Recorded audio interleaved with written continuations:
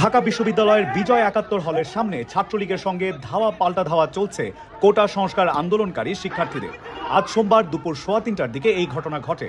ছাত্রলীগের হামলায় এই পর্যন্ত কোটা আন্দোলনকারীদের বেশ কয়েকজন আহত হয়েছেন।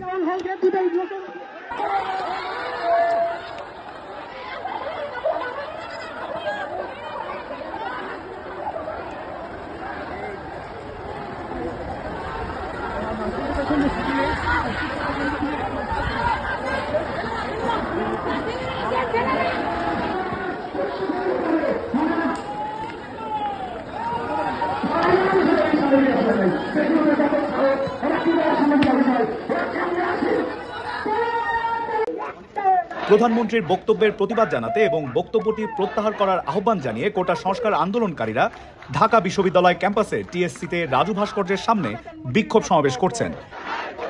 প্রত্যাহার করতে হবে।